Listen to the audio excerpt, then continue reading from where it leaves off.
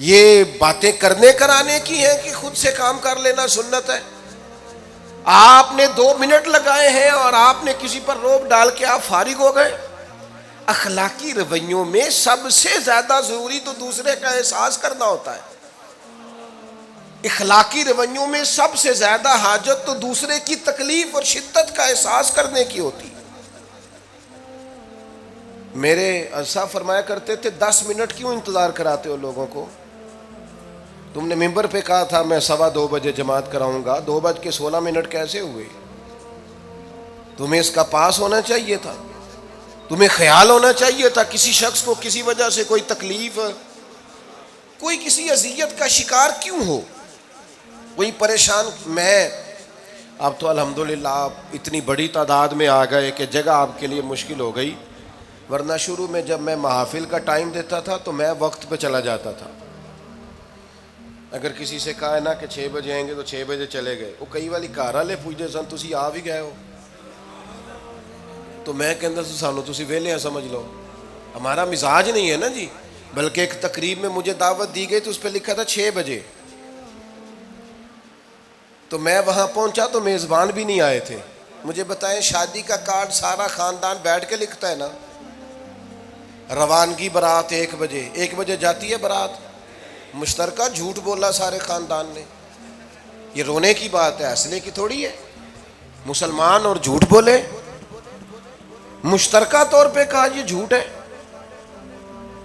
محفل ہوگی بعد از نماز عشاء، تو ختم کب ہوگی یہ بھی تو بتائیں۔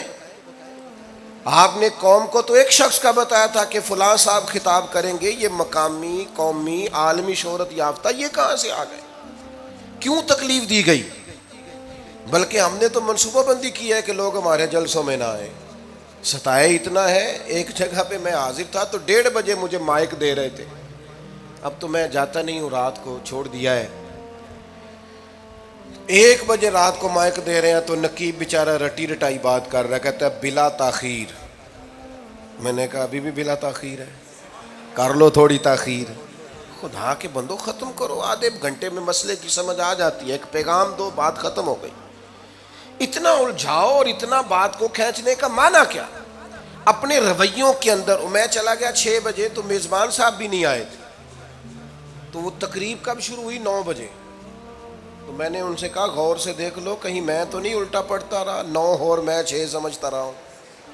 یہ چھوڑیں ان چیزوں کو، اپنی زندگی میں آپ نظم پیدا نہیں کریں گے تو کوئی کام کیسے کریں گے؟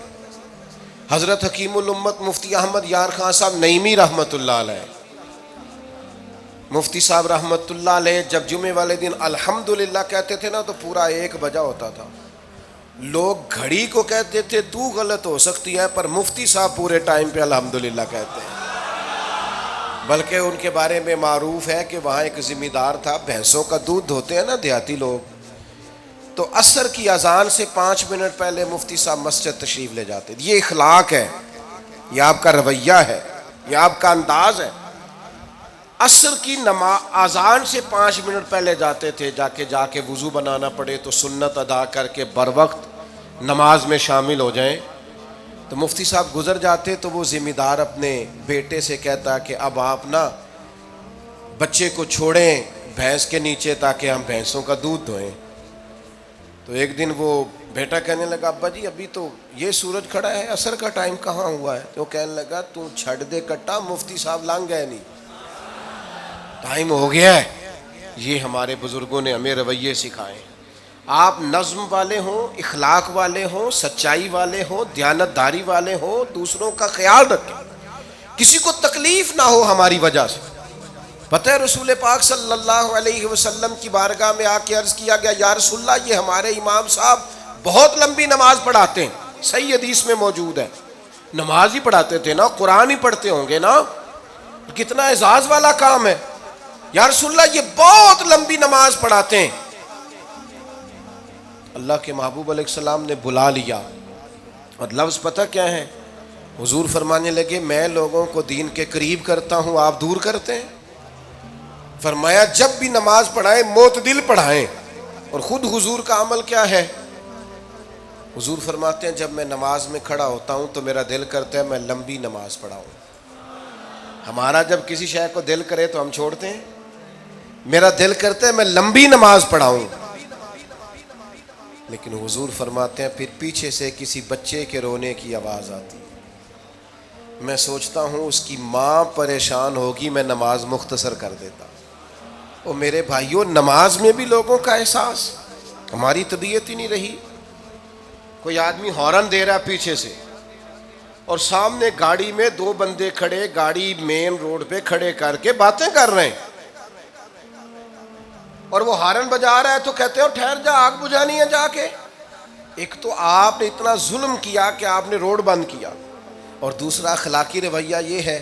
اور میرے بھائی یہ بھی بد اخلاقی ہے کہ آپ اپنا موٹر سائیکل مین روڈ پہ کھڑے کر کے دکان پہ چلے جائیں، لوگوں کو تکلیف میں ڈالیں گے.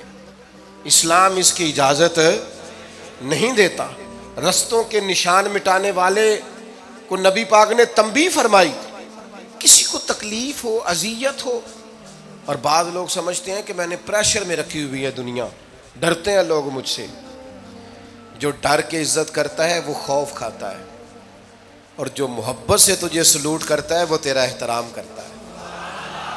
بعض لوگ کسی کے شر سے بچنے کے لیے بھی اسے سلام کرتے ہیں، وہ عزت نہیں ہوتی، وہ عزت نہیں ہوتی کہ یہ تو رٹا ڈال دے گا. اپنے اخلاقی رویے ہمیں اللہ کے محبوب سے سیکھنے، حضور سے خیرات لینی ہے. اخلاق اصغر ہم نے اپنے آپ کو سمجھنا ہے، ہم نے اپنے مزاجوں میں تبدیلی پیدا کرنی ہے، بالخصوص بزرگوں کے معاملے میں، بڑوں کے معاملے میں. جیسے جیسے انسان ضعیف ہوتا جاتا ہے نا، حساس ہوتا جاتا ہے، اسے باتیں تکلیف دینے لگتی. وہ ایک بوڑھی اماں ایک دفعہ مجھے کہنے لگی کہ آپ میرے بچوں سے کہہ دیں خرچہ پاویں تھوڑا دین کرن، میرے نال بولن صحیح کرن. وہ جب اپنی بیویوں کے سامنے میرے ساتھ تھوڑا والیوم اونچا کر کے بات کرتے ہیں آواز کا، تو مجھے تکلیف ہوتی. اپنا رویہ، لہجہ، اس پر غور ہو. جوانی میں ہی تو برداشت کرنا ہوتا ہے. اپنے مزاج کو کبھی بکھرنے اور ٹوٹنے نہ دیں. اور سب سے زیادہ بندے کا پتہ ہی تب چلتا ہے جب کوئی اسے پورا غصہ دلائے، جو پھر کنٹرول کرے، وہی تو کمال آدمی ہوتا ہے. آ کے کہا گیا تھا نا نبی پاک علیہ السلام کو کہ یا رسول اللہ وہ معاذ اللہ ان لفظوں کے ساتھ تانا و تشنیع کرتے ہیں، نقل کفر نہ باشد. تو حضور فرمانے لگے وہ پتہ نہیں کس کی باتیں کرتے ہیں، مجھے تو اللہ نے محمد بنا کے بھیجا، میں تو محمد ہوں، اور محمد ہوتا ہی وہ ہے جس کی تعریفیں ہوں. وہ پتہ نہیں کس کی باتیں کر رہے ہیں، چھوڑو. وہ پتہ نہیں اس کی بات کر رہے ہوں گے جس کا وہ معاذ اللہ نام بگاڑتے ہیں. میرے عزیز، تھوڑا سا برداشت، اور آپ جملوں سے غور کریں، کسی کے لہجے سے غور کریں کہ وہ بندہ کہیں تکلیف میں تو نہیں، آزمائش میں تو نہیں. میں پہلے ہی مختصر تقریر کرنا چاہ رہا تھا، اب آپ لوگوں نے اور مختصر کرا دیا مجھ سے، تو میں بس بات کو سمیٹنے لگا ہوں، آپ غور فرمائیں گے. ایک دن نبی پاک علیہ السلام نے سید عائشہ صدیقہ رضی اللہ تعالیٰ عنہ سے فرمایا. حضور فرمانے لگے عائشہ جب آپ مجھ سے خوش ہوتی ہیں تب بھی مجھے پتہ چل جاتا ہے، اور جب آپ کے دل میں کوئی بات ہوتی ہے تب بھی پتہ چل جاتا ہے. تو سیدہ پاک عرض کرنے لگی حضور مجھے میری ماں روئے، میں اور آپ سے ناراض. تو کریم فرمانے لگے بتاؤں پھر؟ یا رسول اللہ فرمائیے. حضور فرمانے لگے عائشہ آپ کبھی کبھی قسم اٹھاتی ہیں؟ یا رسول اللہ اٹھاتی ہوں. فرمایا جب آپ خوش ہوتی ہیں تو کہتی ہیں مجھے رب محمد کی قسم، اور جب دل میں کوئی بات ہوتی ہے پھر کہتی ہو جناب ابراہیم خلیل کے رب کی قسم. پھر حضرت ابراہیم کی نسبت سے قسم اٹھاتی ہو. تو جناب عائشہ کہتی ہیں حضور کی بات سن کے جو میرا حال تھا میں بتا نہیں سکتی. یا رسول اللہ آپ اتنا خیال کرتے ہیں؟ یہاں تک خیال فرماتے ہیں کوئی کیا بول رہا ہے؟